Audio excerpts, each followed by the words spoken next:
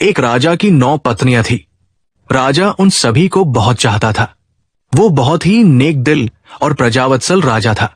राजा देवेंद्र प्रताप के राज्य में पशु पक्षियों से लेकर मनुष्य तक सब खुश थे, परंतु राजा के मन में एक गहरा दर्द छिपा था। उनकी 9 पत्नियां थी, पर उनमें से कोई भी उसे संतान सुख नहीं दे पाई थी। इस बात से वे हमेशा दुखी रहते थे। राजा ने इसके लिए अनेकों यज्ञ और पूजा पाठ करवाए। जिस पंडित ने जैसा बोला राजा ने वैसा ही किया, पर किसी की कोई भी युक्ति काम न आई।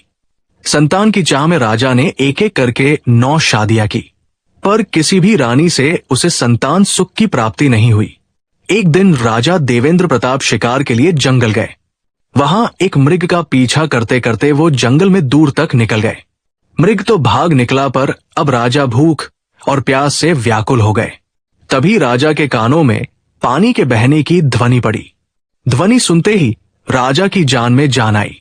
सोचा जरूर आसपास ही कोई पानी का झरना है। भूख ना सही, कम से कम प्यास तो मिटेगी।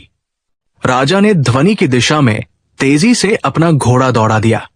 जल्द ही राजा की आंखों के सामने एक बड़ा झरना था। पर जब राजा झरने के पास गया, तभी उसके कानों में एक स्त्री की आवाज पड़ी। अंधे हो क्या? दिखाई नहीं देता? एक लड़की स्नान कर रही है। भूख प्यास से व्याकुल राजा ने उस तरफ तो ध्यान ही नहीं दिया था। लड़की की आवाज सुन राजा चौंक गया। उसने तुरंत अपना मुंह फेर लिया और बोला, क्षमा करे देवी, मैं इस जंगल में बहुत देर से भूखा प्यासा भटक रहा हूं, जिससे विचलित होने के कारण मैं आपको देख नहीं पाया।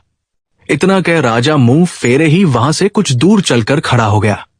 कुछ ही पलों में वो लड़की स्नान से निवृत्त होकर राजा के पास आई। उसने सूखे वस्त्र धारण किए थे और हाथ में कुछ फल लिए हुए थे। वो राजा के पास आकर बोली, महाशय, अब आप पानी पी सकते हैं। राजा ने झरने से पानी पिया और लड़की के दिए फल खाए।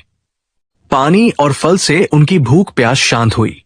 राजा ने लड़की की ओर देखा और पूछा, है सुंदरी, तुम कौन हो और इस जंगल बियाबान में अकेली क्या कर रही हो? लड़की ने जवाब दिया, मेरा नाम मोहिनी है। मैं पास के गांव में रहती हूं। रोज यहां स्नान करने आती हूं और जंगल से लकड़ियां इकट्ठा करती हूं। ये झरना जंगल के बीच में है, इसलिए यहां कोई नहीं आता। राजा देवेंद्र प्रताप मोहिनी की सादगी और सुंदरता पर मोहित होकर बोले, मोहिनी, तुम्हारी मदद के लिए शुक्रिया।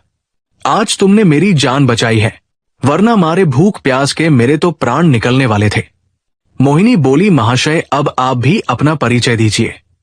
राजा ने गंभीर होकर कहा, आज नहीं सुंदरी,